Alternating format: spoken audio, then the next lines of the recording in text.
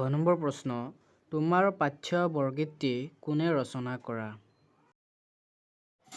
ঙ নম্বৰ প্ৰশ্ন, বৰগীতটি কি ৰাগত বন্ধা আছে? প্ৰথম ৬ নম্বৰ প্ৰশ্ন, কবিয়ে বান্ধৱ বুলি কাক সম্বোধন কৰিছে?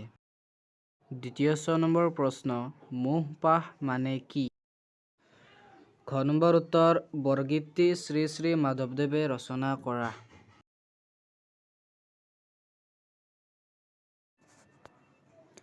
ঙ নম্বৰ উত্তৰ, বৰগীতটি বসন্ত ৰাগত বন্ধা আছে।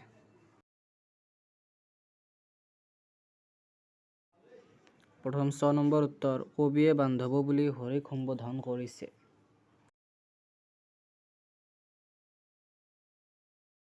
দ্বিতীয় ৬ নম্বৰ উত্তৰ, মোহ-পাশ মানে মায়াৰ বন্ধন।